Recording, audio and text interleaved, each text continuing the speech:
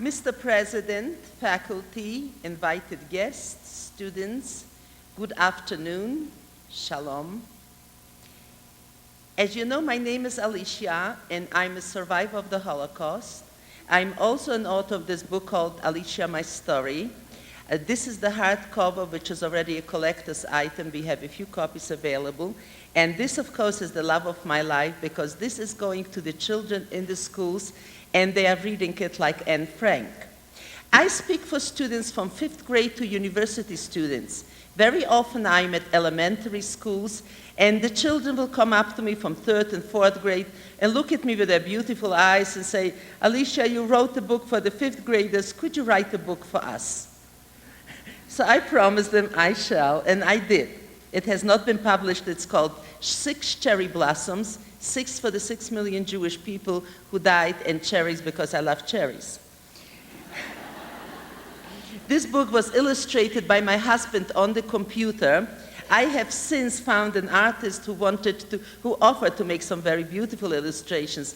But you see, I couldn't hurt my husband's feelings, so we are leaving it on the computer.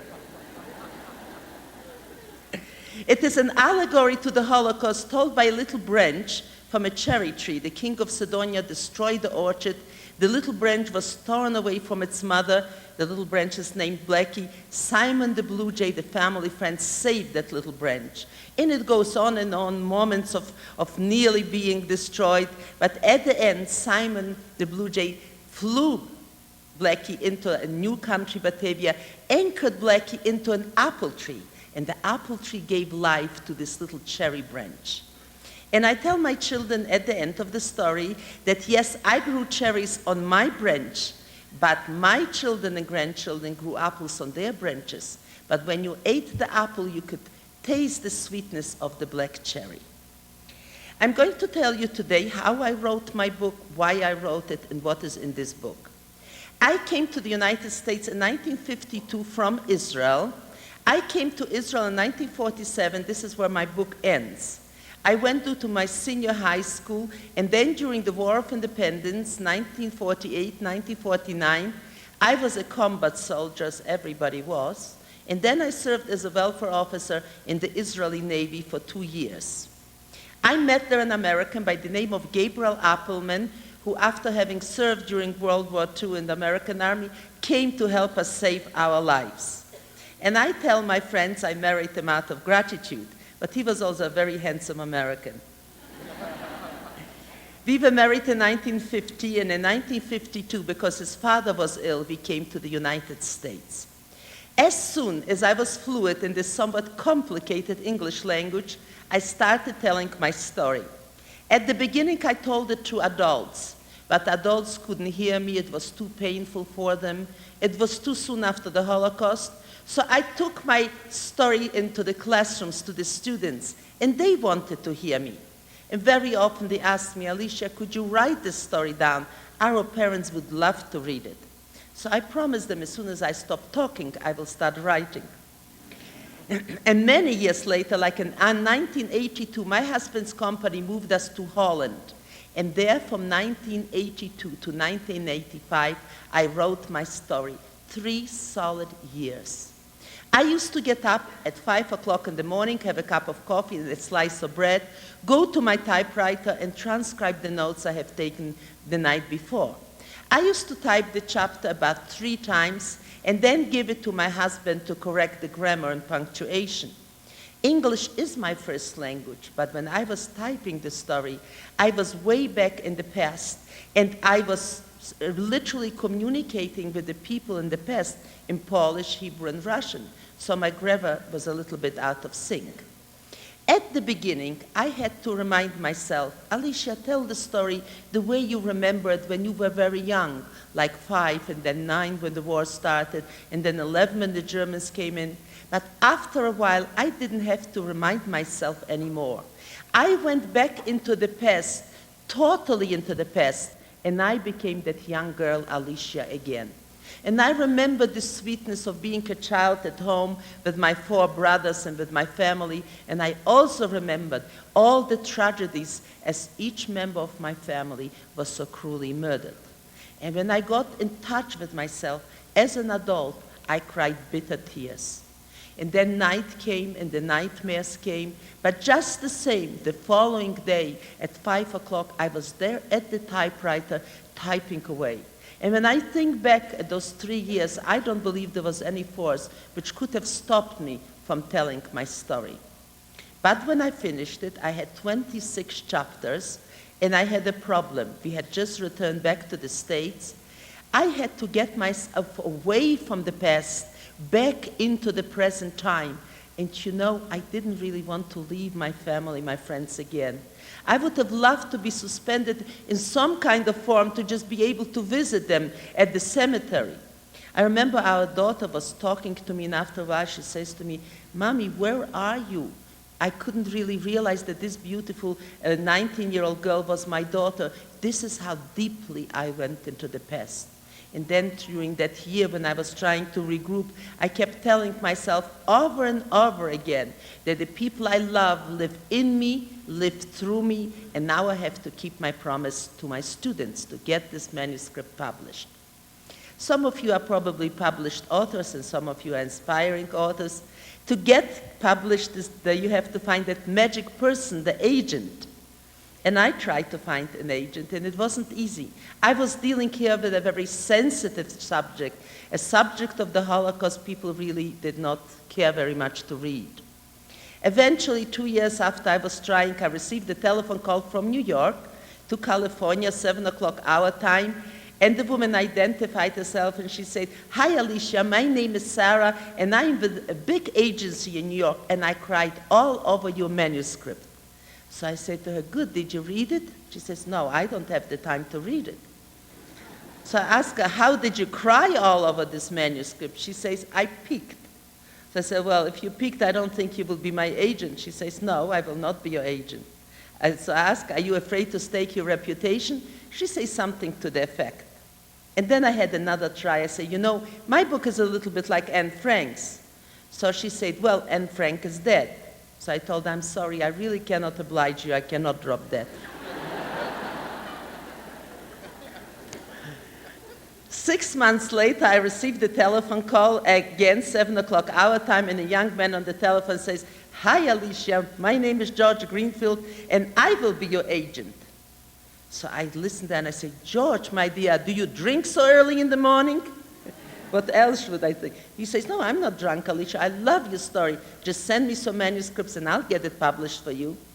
And 5 publishers wanted my story, including Viking. I remember this girl, Julie, just begged me. She says, "Please, Alicia." And I told her I would like to go with Bentham because Bentham are paperbacks, and paperbacks are the books the children can afford. And I will tell you, when this manuscript reached Bentham, it was as though the angels kissed it.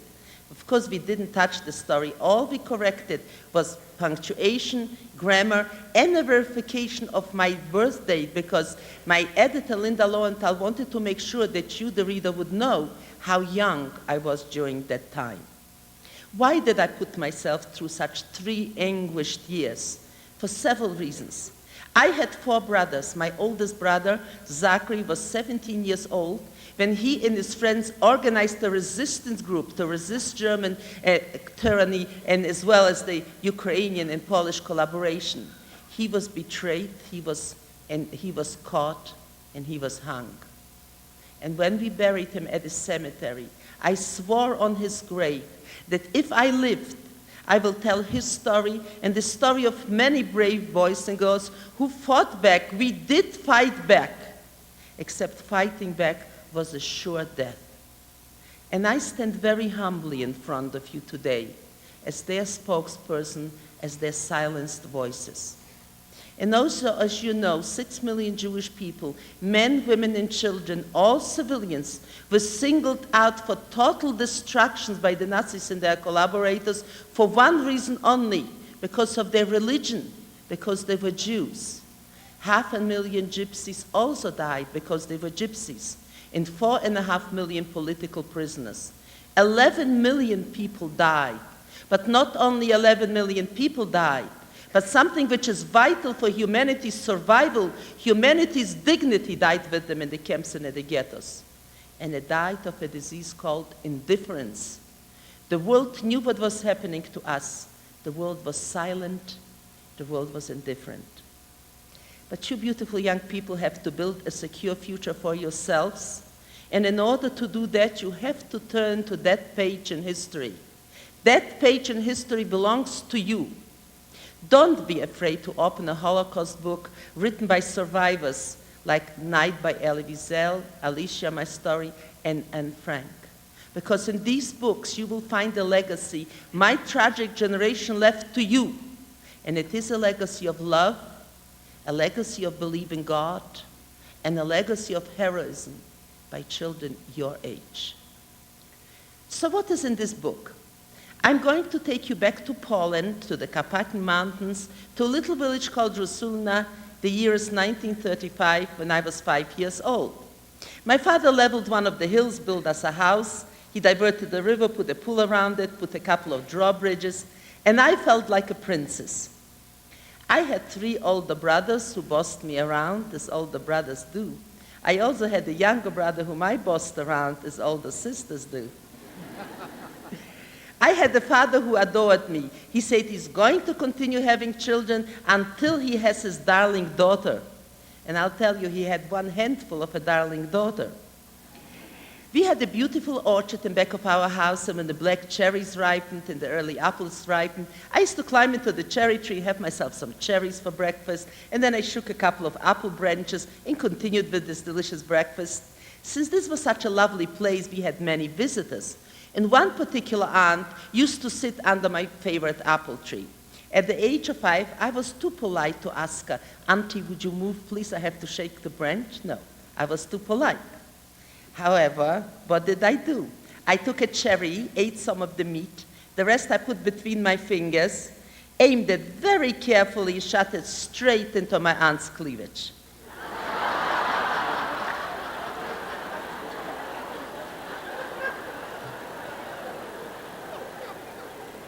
After a few shots, my aunt was horrified, and she called to my mother, "Frida, Frida, how do cherry pits fall from your apple tree?" And of course, my mother came running into the orchard, and she looked straight into my guilty eyes. Oh, don't kid yourself, I was punished. Any kind of mischief I was in, I paid for it. But not this time, because you see, my aunt was always criticized me. I could never do anything right. So my mother didn't like the criticism, I didn't like it, so whenever I pelted my aunt with some juicy pits, my mother didn't object strenuously. When I was 5 years old, our home burned down in Rosulna, and we moved to the city of Buchac. Those who have maps, would you be so kind and turn to the map? And those who don't, I will explain to you that my hometown, this was a map of Poland, was very close on the east to the Russian border and on the south to the Romanian and Hungarian borders. By the way, this is how you pronounce the city, Buchac. I apologize for all of these sounds, but this is the Polish language. We had a beautiful city. It was surrounded by meadows, forests. We had the river Stripa in the center. We were about 80,000 people in my hometown, of which 18,000 were Jewish people. 1/4 of the population was Jewish. Of course, we children went to the government school, and you know Poland is a Catholic country, so this was a government school, a Catholic school, but it wasn't taught by nuns. It was taught by regular teachers. But once a day, the priest came and taught the Christian children their religion, and Professor Kriegel took us to a different room and taught us our religion. But you know how children are. We learn from each other, and we respect each other. In the afternoon, however, I went to Hebrew school every day for 3 hours in the afternoon, and I loved every moment of it. I learned how to read and write Hebrew. I learned all about Jewish history. I learned all about the Jewish people dating back thousands of years. And when I think back of all the gifts my parents gave to me, as your parents give to you, this was the greatest gift they gave to me, the strong Jewish identity. Because later on, when the Germans and the Ukrainians and Poles tried to tell us children that we are not human beings, we are subhuman, and called us all kinds of names, do you know what they sounded like to me? Like raving maniacs. Because I knew at all times who I was. I was a very proud Jewish girl. I belonged to a fine family, to a peoplehood. But I was also a Pole. Poland was my country. And later on, when they tried to kill me, yes, they could kill me, but they could never destroy my pride and my heritage, my self-worth, who I was. I didn't really know much about anti-Semitism until I was 8 years old. In your family, you have brothers and sisters, and I'm sure you love them all well, but you must love one particular brother, one particular sister in a special way, right? Right. I loved my oldest brother, Zachary, in a very special way, for the simple reason he loved me very much. He was a very fine violinist. He used to compose songs and play them for me, but most of all, he was a soccer player. He and his friends used to come in front of our house, and then they went to the field to play, and I always showed up. And his friends said, Zachary, you leave Alicia home, don't take her along. But my brother patted my head and said, wherever I go, Alicia goes. So they loaded me up with their blanket and their shoes and their ball, and I went up the hill like a happy donkey. And you know what? My brother was a goaler. So whenever I saw his friends run with the ball, I used to run into the field, trip them, and then we fell together on one big heap, and then when they kicked the ball, they kicked me out as well. At the end, my brother had to admit, of course, yes, Alicia is a nuisance, but she's a lovable nuisance. My brother was a student at the city of Lviv, over Buchach, going a little bit north. You will see a big city of Lviv on your maps. And in May of 1938, he came home from the Conservatory of Music very badly beaten. 5 Polish students fell upon him, beat him up for one reason only, because he was a Jewish boy. When he came home, my father asked him, as your father would ask, Zachary, how come you didn't fight back? Zachary couldn't. He was a musician. He had to be careful with his hands. Besides, Zachary didn't know how to fight. When he felt better, my father took him to the meadow and trained him how to fight. And I remember the day my brother and father went off, I followed, hid in the bushes, and watched my father train my brother, and picked up a few points here and there, which came in very handy later on. And then when I returned to school a week later, my teacher was horrified. She says, Alicia, where were you? So I told her what happened to my brother. So she understood. She says, but you have to do all the homework from that week. And I did great homework. And then during the summer, my father trained my brother. And in the fall of 1938, my brother went back to school with a new violin. And we were, of course, anxiously waiting to hear how things happened to him, how he settled in. Finally, the letter came, and it says, Dear Mom and Dad, the Polish students fell upon me again, but this time I knew how to fight. I am fine, my violin is fine, and I left them with a couple of good punches just to remember me by. And there was a letter enclosed to me and said, Dear Alicia, I hope you didn't get into too much trouble with your teacher when our father trained us. So he knew I was there. As you know from history, in 1939, Germany signed a non-aggression treaty with Russia, and both countries invaded Poland and split Poland into 2 halves. Western Poland fell under the German occupation, Eastern Poland fell under the Russian occupation. My hometown of Buchach fell under the Russian occupation. I was 9 years old when Second World War started. I remember I went to the center of the city to see what was happening, and I saw soldiers. They were speaking a language I didn't understand. They were very happy soldiers. They were shopping, they were singing, they were dancing. They had little red enamel stars. They gave them to the children. So I picked up a few of them. And when I came home, my mother asked me, Alicia, what did you see? I told her, happy soldiers. But when the school year started, we could not reopen our Hebrew Academy. We went underground. We had a bench, 2 benches and a table, and we moved them from home to home. Our parents had to stand outside, watch for the police. We had toys under the table in case somebody came. We pretended to be playing. And then, of course, when the regular school started, I opened the door, and I stood there in shock, because I was expecting the Madonna and the baby there in front of the classroom, but they were removed, and 2 huge pictures, which I found out were Lenin and Stalin, hanging in their place. Even though I was not a Christian girl, I was deeply hurt for my friends, and I knew they would be hurt, so I decided in my 9-year-old mind to go and make some changes. So I went looking for the Madonna and the baby, and I found her wrapped up in a brown paper in the basement, leaning against the piano. And I picked up the package and was running happily up the steps when the principal came toward me, and she said, Alicia, what are you doing here? And I said, nothing. I always looked very innocent. And she says, what are you hiding? And I said, nothing. And she grabbed the package and she said, "You're going to get yourself expelled from school." But what her eyes were telling me from her heart were, "Alicia, you are a good girl, you are a loyal friend," because we couldn't do anything about it. The way I remember the Russians there, they were not particularly anti-Semitic. What they were against, however, if your father was a businessman, you were automatically considered an enemy of the Soviet Union, subject to be exiled to Siberia. The NKVD, as we know them now as the KGB, came in the middle of the night, took families to the railway station, put them on freight trains, and they disappeared into the Gulag. My father was an artist, but he was also a businessman. We fell under the category of the enemies of Soviet Union and would have been exiled to Siberia.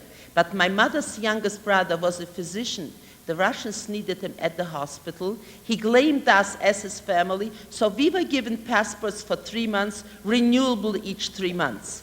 But we had our suitcases permanently packed just in case that knock will come and they will take us away. What the Russians did, however, they opened a special school in Leningrad for boys from occupied areas like Poland, Litva, Lithuania, and Estonia. My second oldest brother, Moshe, reasoned if he were to study in Russia, maybe it would protect his family against exile. And so, of course, the arguments went back and forth, and eventually my parents let him go. We wrote to him, sent him packages, but after a while, all communication stopped. And one night, my brother came home. He ran away from school. 3 weeks later, the NKVD came, arrested my brother, took him to prison, not in my hometown of Buchach, but to Chortkov, about 30 kilometers away. My father followed and begged the authorities to let my brother go. He didn't commit a crime. He was homesick. He came back to be with his family. But they kept him in prison for one reason only, so that he couldn't tell other boys what his school was like in Russia. After a very short while, we received a letter from the commander of the prison that my brother died. But they didn't tell us how and wouldn't let us bring him home for burial. So the tragedy in our family started already under the Russian occupation, 1939, 1940, and 1941. As you know from history, in 1941, Germany broke the peace treaty with Russia and invaded Russia. And I remember the time vividly. I was 11 years old, and I remember the Russians running as though the devil was chasing them, and the devil was chasing them. We were hearing rumors what the Germans were doing to the Jewish people, and I, as a child, listened to these rumors. But you must understand something very important. This part of Poland used to be the Austrian-Hungarian Empire before World War I. And the Jewish people knew the Germans as a kind people, cultured people, friendly people. They didn't have any reason to fear the Germans. If they feared anyone, they would fear the Russian Cossacks, but not the Germans. So people thought, well, maybe the rumors are rumors. Take, for instance, my own father. My father was born in Vienna, a graduate from military academy and cavalry, a decorated hero in World War I on the Russian front by Emperor Franz Joseph. How could he imagine that his Austrians, together with the Germans, would turn into such vicious killers? It was absolutely impossible for the human mind to accept it. But very soon after the Germans settled into my hometown, we found out what they had in store for us. They asked all Jewish men from the age of 18 to 50 to go to the registration in the morning. My father fell under that age category, and he went to the registration. We awaited him home, not later than for dinner, but my father didn't come home for dinner. He didn't come home the following day. And on the third day, rumors started flying all over town that 600 men, mostly leading citizens who were detained at that registration, were taken into the forest and massacred into open graves. You can imagine how I felt. I adored my father. So I thought maybe my father tried to escape. Maybe he was wounded. Maybe he's hiding someplace in the forest, under a tree, under a bush. So I went looking for him, calling his name, until towards the end of the day I just fell asleep. My brother Zachary found me, lifted me into his arms, and he said, "Alicia, our father is not coming home." In 1967, the German consul in Los Angeles asked me to come to his office to testify against one of the murderers of the 600 men. They found them through the Simon Wiesenthal Institute. And the German consul read back the statement that killer made. that all 600 men were taken into the forest the following day and massacred into open graves. But you see, 3 days after the registration, the Germans came to the families and told us, you want to get your men back? You can ransom them. So everybody gave everything they had, including my mother, and of course, nobody came back. They deceived, they lied, and they stole from us. And so 600 families were left destitute. We were not allowed to remain in our homes. We were expelled from our homes into an area called the ghetto. Some of you may be familiar with the Warsaw Ghetto or the Lodz Ghetto or even the Czortkov Ghetto. They were closed ghettos. Ours was an open ghetto. We were allowed to live on some of the streets, but we could not go into the other streets. We had to wear a white armband with embroidered Star of David. If you left the streets designated for the ghetto with or without an armband, you forfeited your life, because it wasn't just a German policeman killing you. It was a Ukrainian or Polish policeman, and most likely they would catch you because they knew who we were. They were our neighbors. They didn't give us any food at all. In order to get food, we had to leave the ghetto and go to the market and buy it there from the farmers who brought it there for sale. And of course, we children realized if our parents were to go out, they would be caught and killed. So we decided that we will go out, try to buy some food or try to trade it for a piece of clothing, because children can run quicker, can escape quicker. And the children went out, some of them as young as 5 years old. And hundreds of these children were caught and murdered. And I will tell you that nowhere in human history were there such brave children as the children in our ghetto. I call them affectionately the little stars from the kingdom of darkness. They were indeed little stars. They left us a beautiful light, a light of love, a light of commitment of children to the survival of their parents. Of course, we Jewish children could not go to school. And you know, think of it for a moment. Here I'm 11 years old, having lived through the Russian occupation. My brother was already dead. My father was killed. And here, these bullies and these leather coats with the whips and the dogs and the machine guns came and declared the war on us children. Big heroes. And of course, you know, something inside me revolted, and I say to myself, well, I can do one thing. When the school started, I organized my Jewish friends, and we all walked into my classroom and sat on our seats. And when the teacher came in, I could see her go pale to her face. And she had to, and she said, you, and you have to leave the classroom because you're Jews.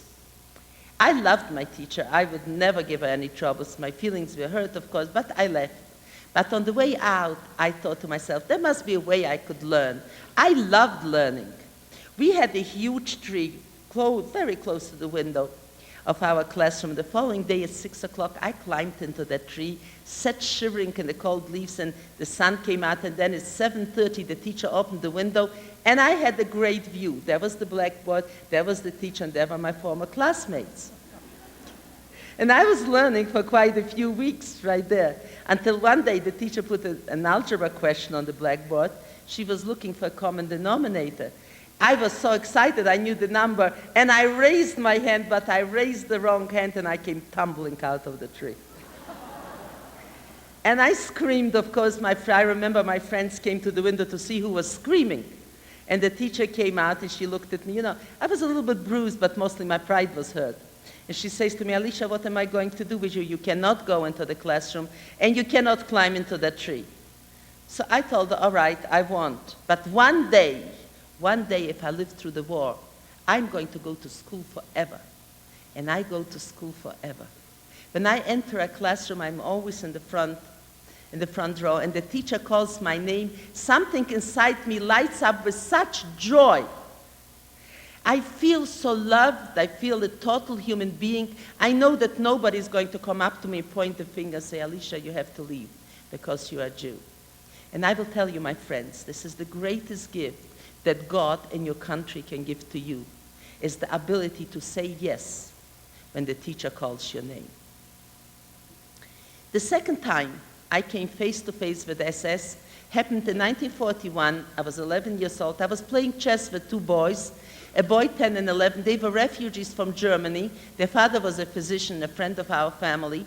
We were very absorbed in the board when suddenly the door flew open, 2 SS men entered, and they gave a command, everybody out.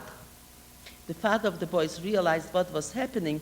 He went over to one of them and pointing to me, he said, "This little girl is not my daughter, please let her go," and pleaded with him, but he wouldn't hear of it. And they pushed us out of our home. And then I saw other people pushed out of other homes. And then the beatings and killings started, and those who survived were taken to the railway station. There was a freight train waiting for us. And then for good measure, they let the dogs loose on us. And we had nowhere to go but inside the cars. They locked the cars from the outside, and the train took off the hill. After a while, I heard some commotion inside the car. European freight trains have windows. Later, when the Germans were transferring the Jewish people to extermination camps, they put barbed wire on the outside. But our window just had bars. Adults near the window realized wherever this train was going with babies and sick and old people was not going to a good destination. So they decided to dislodge the bars and throw some children out and maybe save some lives. The father of the boys turned to me and said, "Alicia, you are next." So I asked him, "What do you mean I'm next? What about your own sons?" He looked at me and then he said, "Alicia, I swore to save humanity, but humanity has gone insane, and my children stay with me, but you, Alicia." And I didn't even have a chance to say, "I want to go, I don't want to go." He just lifted me up and put me into a man's arms and called after me, "Roll, roll, follow the trucks on, follow the trucks on." And then another man picked me up and I was pushed through the window. I was flying there for a second, and then I felt a heavy thud all around me. And then I don't remember very much. I remember bushes, I remember water, I remember a terrible headache, a lot of pain. I remember walking on the railway station, and the train turned around and was trying to catch me, and I was screaming and screaming. I woke up 6 days later. I was in my own bed. I had a concussion. I was very badly bruised, but I was still alive. Another little girl, my brother Zachary told me, also came home, but she died of internal hemorrhaging. And the rest of the children, when the train turned, the SS shot them in flight. So I was the only survivor of what later on became known, the dreaded word in German, Aktionen, actions, acts of murder. When I felt better, my brother Zachary asked me to come to the Jewish committee and tell them what happened. You know, the Germans were so efficient what they did in one part of the ghetto, the people in the other part didn't know what was happening at all. And I remember I came in the office, there was a table, and 2 men were sitting behind the table. And I started telling them their story. I finished, and they asked me to wait outside. And then I heard my brother speak. And my brother Zachary said, "Look, 600 men, including my father, were already murdered. Thousands of people were taken away, and it could not have been to a good destination. We must organize, and we must fight back."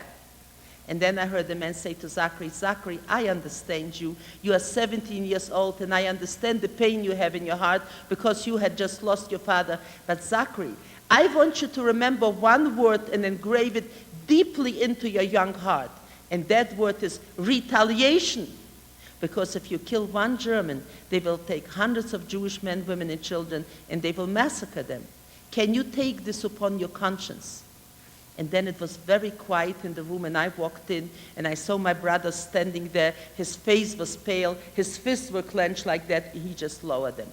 But my brother fought back, and this is how it came about.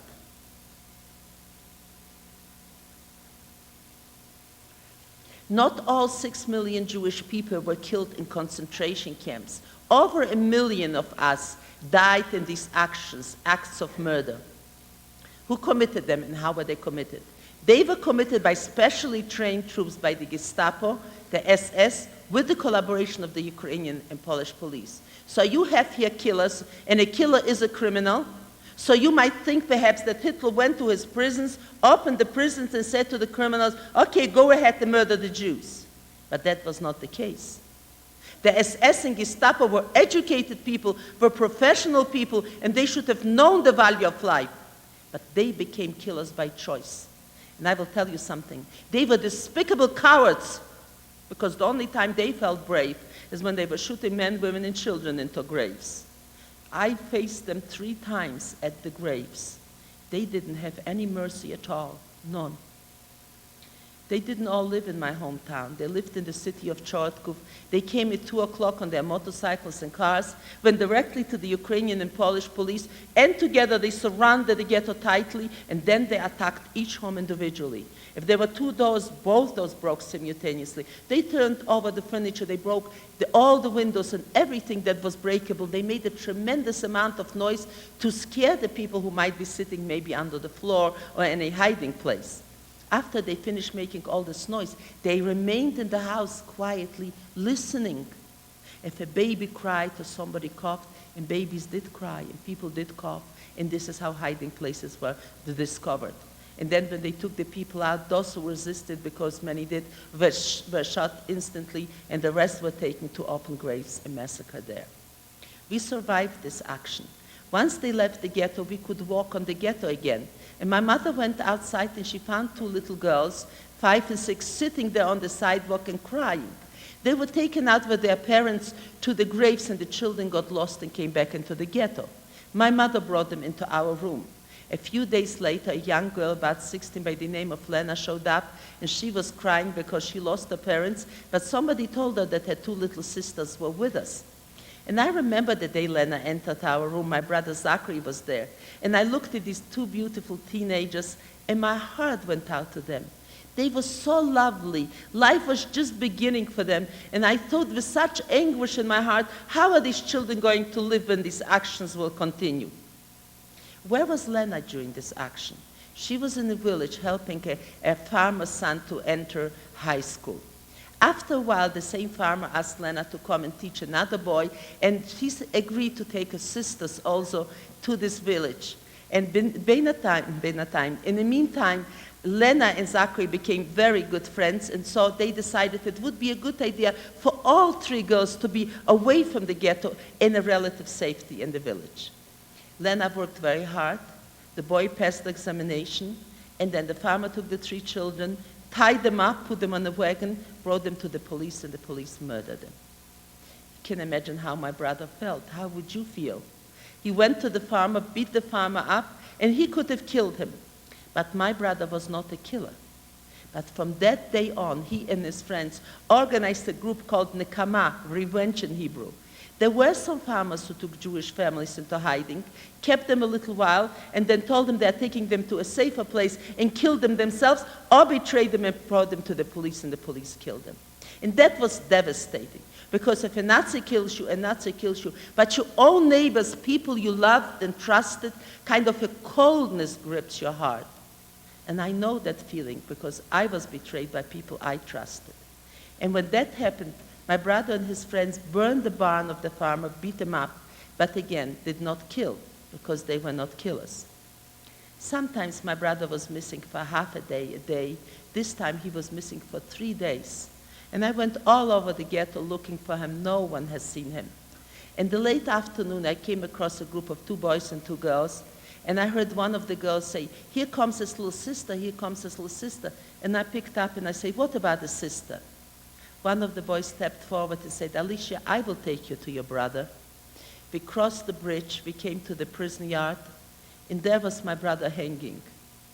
And I sat down near him, and the Ukrainian policeman came out, pulled out his gun, put it to my head and said, "Ja тебе застрелю, I will shoot you." And I say, "Стреляй, shoot, I don't care." I really didn't care at all. The following day he did that same thing, and then at night when the policeman went into the prison, my brother's friends came, we cut my brother down, brought him to the cemetery and buried him there. And I swore on his grave that if I lived, I'll be his silenced voice. And I have literally dedicated my life to being that silenced voice. In our tradition, as in all traditions, when you witness this kind of tragedy, you have to speak up. So I have to tell you what happened to my 3rd brother, Bunyo. The SS and Gestapo came into the ghetto and gathered many of these boys up, took them to a camp, and yes, one of them tried to escape. He was caught. And then the SS men asked all of the boys to make a circle. And then they counted 5, 6, 7, 8, 9, 10. And they shot every 10th boy. My brother Bunyo was the 10th boy. And I had to tell my mother. It was terrible. At that point, I swore to myself that I will protect my mother and my little brother with my life. If anybody has to die in the family, I will be the one, but I will not come to my mother and tell her that she lost her fourth son. 1942 was a very bitter winter. We didn't have any food or fuel. The only clothing available to about 16 people was my mother's shawl, her jacket, and her shoes. And I put them on and I went to pump some water for our household. And I just came into the hall, closed the door, and put the pails down. And I was about to enter our room when suddenly the door flew open. A Ukrainian policeman entered. He had a yellow pad in his hand, and he called my mother's name, Frida-Jurman. And I nodded my head, and I bolted. And he called after me, "Hey, where you are going, you shouldn't be running." But I had to run. I was tall enough to be mistaken for my mother, but if he looked at me closely or asked me a question, he would realize that he had taken a 12-year-old girl, and he will go back and take my mother, and that I could not allow. So I ran all the way. When finally he locked me in the prison cell, I said, "Thank God." But the prison cell was filled with mothers, and then later I found out fathers. They were taking young parents away from young children so the children would die of hunger and exposure.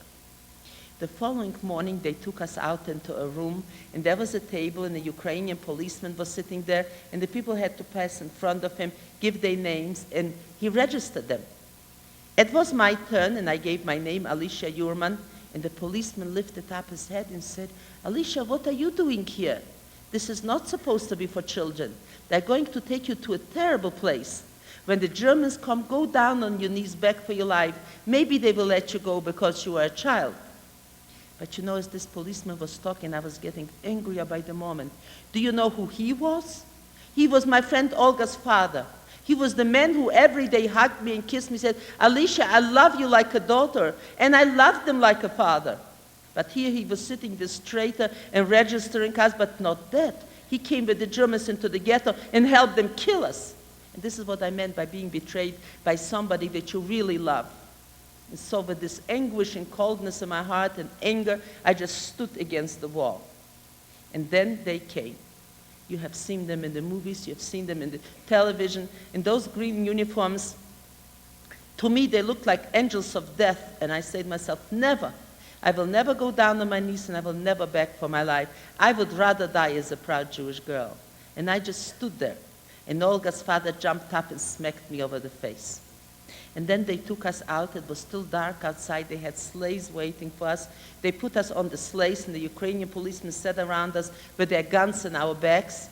And we left. I thought we were going to turn to the right and be taken to the forest and massacred where my father died. But we turned to the left. We crossed the bridge, we came to the center of the city. I looked up where the ghetto was, and I started crying. Because suddenly I realized the anguish my mother must be feeling when she saw the pails of water. Where was her daughter? Do you know what I wished on that morning? I just wished the sun wouldn't come out, and there would be total darkness in this world to match the darkness in my young heart. But the sun came out, and it was a beautiful December. It was 1942. I was 12 years old. And we were traveling through the villages, and yes, it crossed my mind. Maybe by some miracle I could roll into a ditch, maybe I could save myself. But then I remembered the word retaliation. So I just sat there. And in the late afternoon, we arrived in the city of Chortkov, the same prison where my brother Moshe died. They brought us into a big room.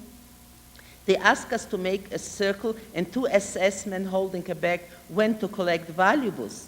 I didn't see any valuables. All I could see was wedding rings. Some of the parents still had their wedding rings. And when he came in front of me, I had on a pair of earrings my mother gave me when I was maybe 3 or 4 years old. I took one earring off and I threw it in the bag. I tried to take the other one off, but I couldn't. So I asked him for some more time. But one of them just stepped forward and tore the earring off. So I called him, "Du Teufel, you devil."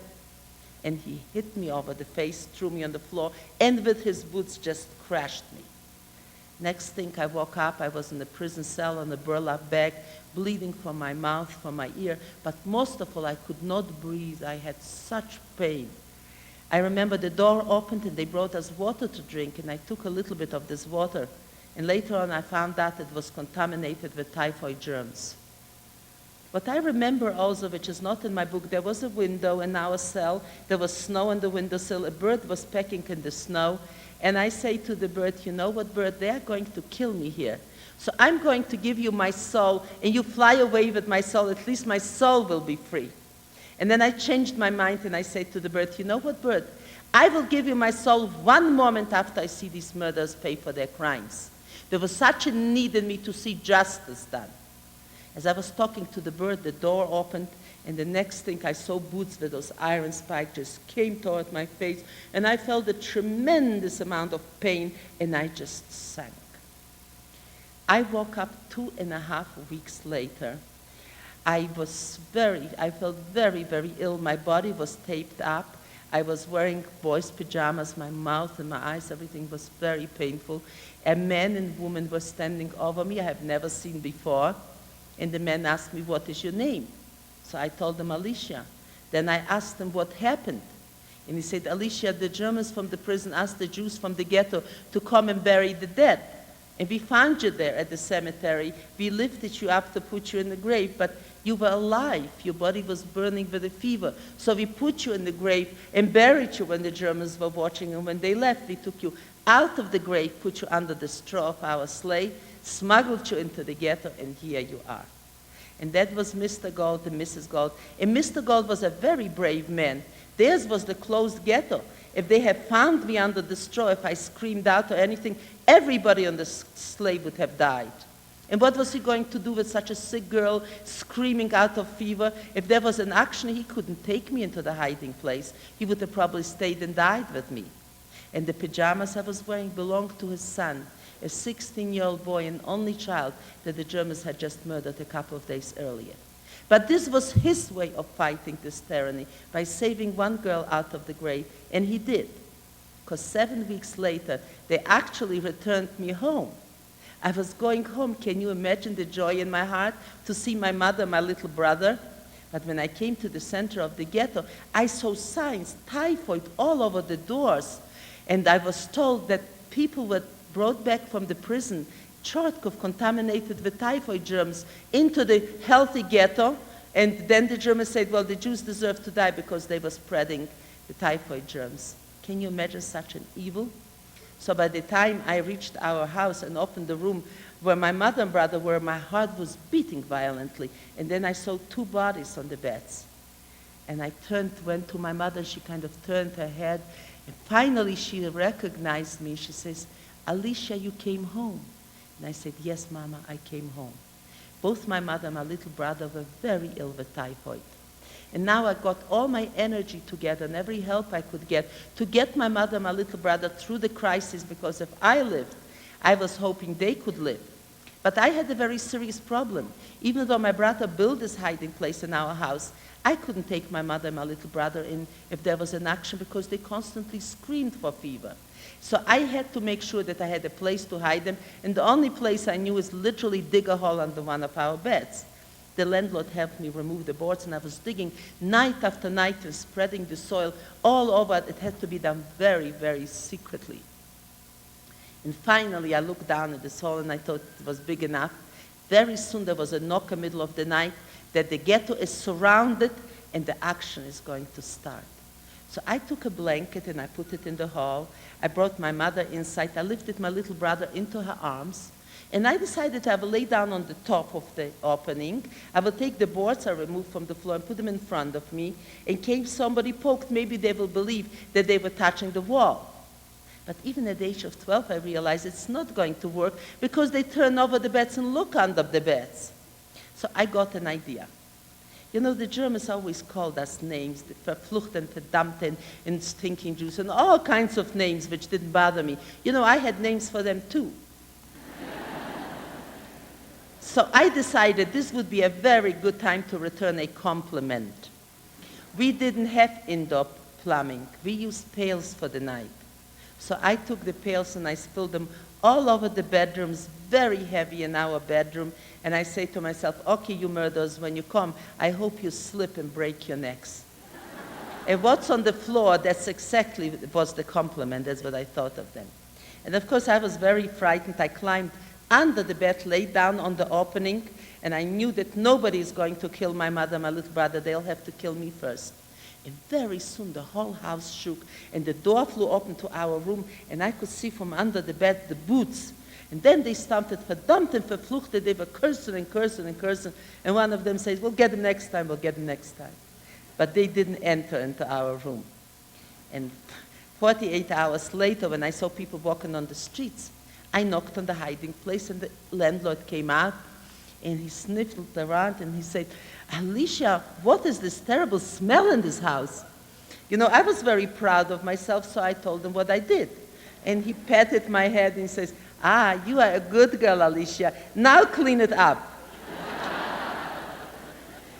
But you know, confidentially speaking, that house never smelled right again.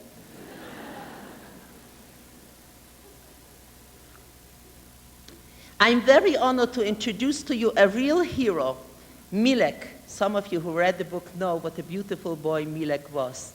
I knew Milek since I was 5 years old. I loved my uncle, Dr. Kurz, and I spent many summers near him there. He had a clinic. And this boy Milek, who was 2 years older, we became very good friends. Sometimes he helped me catch a cat. We bandaged up the cat, and we pretended we were already physicians. When Milek lost all of his family, he came to my hometown of Buchach, and he helped me survive my mother and my little brother. In 1943, the Germans declared that my hometown of Buchach is going to be Judenrein. The word Judenrein means clean of Jews. The Jewish people cannot live in this ghetto anymore. We have to leave and move to another ghetto, to the ghetto of Kopyczynce. So my mother and my little brother moved to the new ghetto. Milek and his friends went to the new ghetto. And we just settled in when the Germans declared that this ghetto is also going to be Judenrein. The Jews cannot live here anymore. But they didn't give us a place to go. That meant this is where we are going to die. So you might rightfully ask me, Alicia, how come you didn't run into the villages or into the forest, someplace where you could save your lives? And my answer to you will be, we did try to run into the villages and into the forests, but there were the Ukrainians and Poles waiting for us, and they literally chopped us to pieces. And so we decided we would rather die at the hand of the Germans than to be killed by our so-called neighbors. And the terrible day came when the ghetto was surrounded, and I remember the man in charge of our house stood there, and he made this declaration. Yes, there is a hiding place in this house, but it's small. So if a mother or father had 2 children, only 1 child could go in. And I caught his arm, and I say, please don't tell my mother. I beg you, don't tell my mother. There were 2 boys who also had sisters. We will not go into the hiding place, but don't tell my mother. Because I knew what my mother would do. She would knock me unconscious, throw me into the hiding place, and she would herself stay and die, and I could not allow it. So I literally kissed his hands, and I stood there holding on to him. And then he finally said, okay, Alicia, I trust you. But when we went into the hiding place, my mother wouldn't go without me.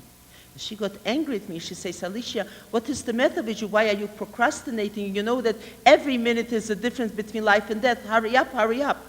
There was in the cellar a wooden frame like that with an opening into a tunnel, and people were catching each other. So I told my mother to go in and she will catch me. And she was holding up her arms, and then I say to her, you know, Mommy, if you lower the arms, I will slide in. It will be easier for me, because I was supposed to take the little box and close the opening. And the minute my mother lowered her arms, I took the box for the opening, and I closed it.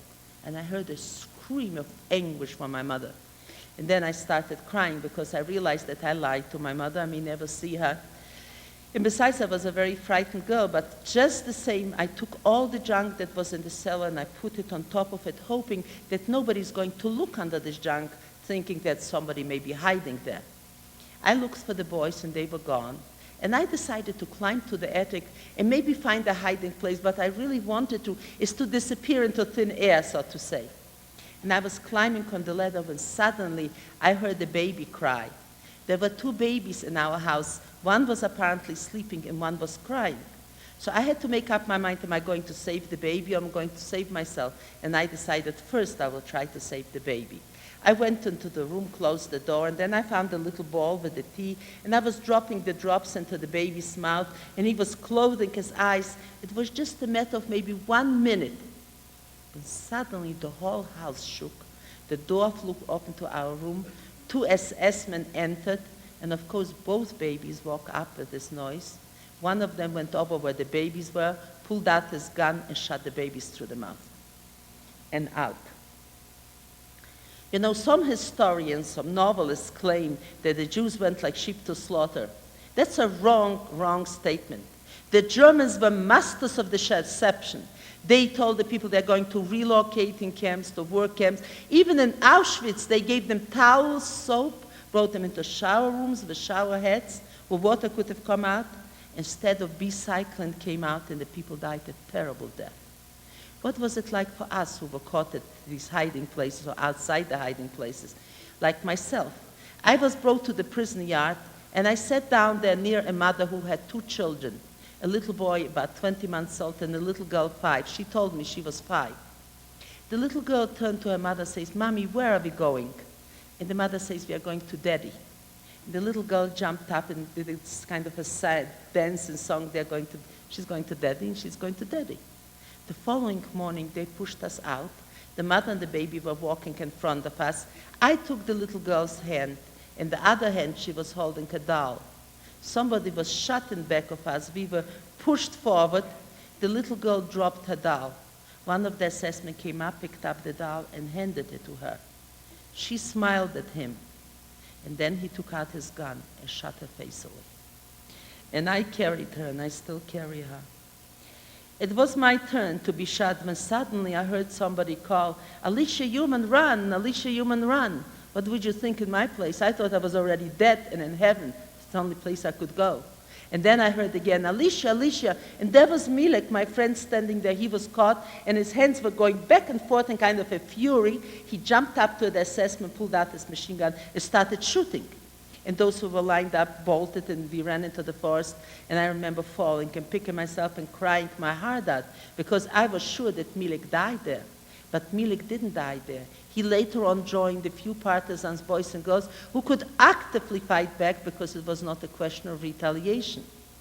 He was liberated, and after the liberation, he and his friend Benjamin went to the library to get out books on biology, wanted to study medicine.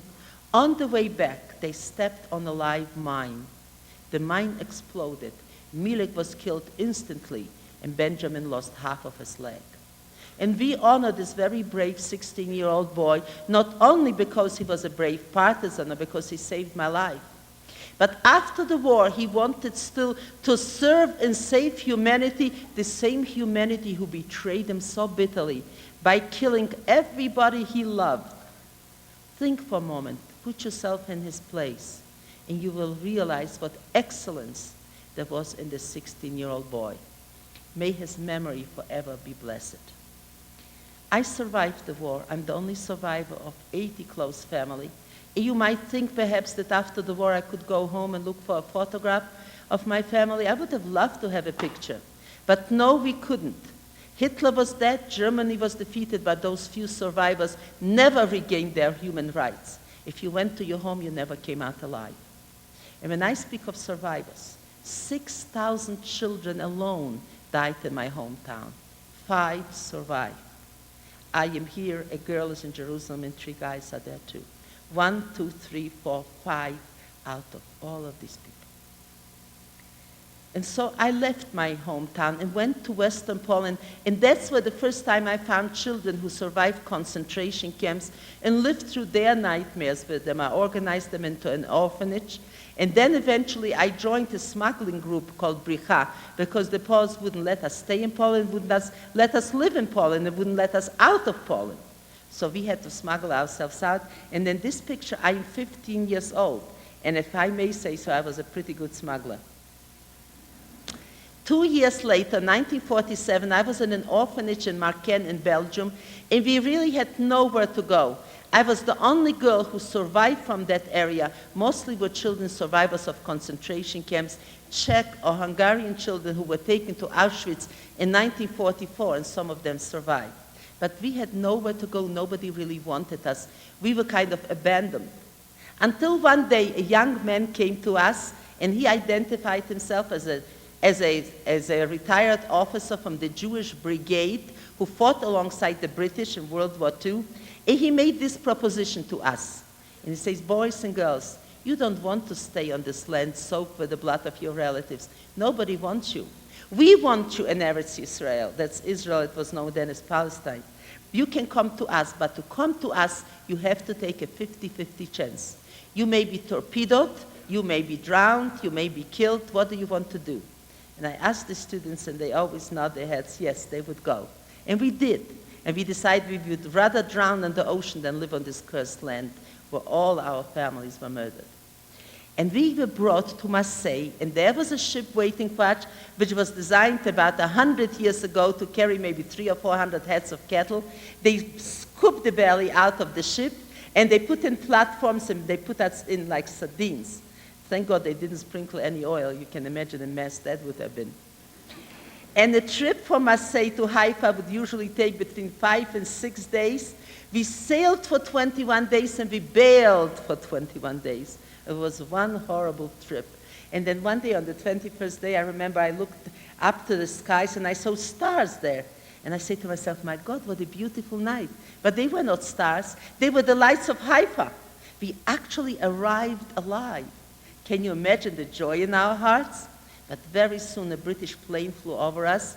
And within half an hour, 3 British frigates surrounded us. And the British captain announced on his horn, said, you are not wanted here. We are going to board you and take you to the island of Cyprus. They had a camp there, a concentration camp set up for us. And our captain said, you cannot board us. We are children returning from the world of hell, of camps and of ghettos, and you cannot board us. So we took on the British Navy and fought them for 2 hours. What did we use for ammunition? Garbage. We threw garbage into their clean decks. But after 2 hours, they got tired of us. They threw tear gas, and we started coughing and sneezing. And they boarded us, and they took their vengeance, because quite a few children were thrown overboard and crushed between the ships. Some of them were actually clobbered over the head and died there on board. My captain gave me pictures of coffins taken off of my ship. And of course, I was there in the forefront, and a big sailor came and lifted me up to throw me overboard. But my head fell off, and that split of a second, I took my fist and rammed it in his face. Our father trained us, remember? And he let go of me. And so I was able to save myself. You know, the story I am telling you, my book was published in England in hardcover and paperback. They researched it. This is how it really happened. And then we came to Cyprus, and I looked at this camp surrounded with barbed wires, with towers, with machine guns, manned by our allies, the British. I got so furious. 2 years after the war, and Jewish children were put in concentration camps, I got so angry that I broke out in eczema. And I was scratching and miserable. All 8 months I was there on that island in that camp. Eventually, in December of 1947, Golda Meir came, who later became Prime Minister of Israel, and took 1,000 children out of this camp. And I was one of the 1,000, and finally I was returned to Israel. And I remember I came to a school for my senior high school year, and I gave my papers to the man at the gate, and I was about to walk through the dirt road when he asked me, come girl, this is not how you enter a school in Israel.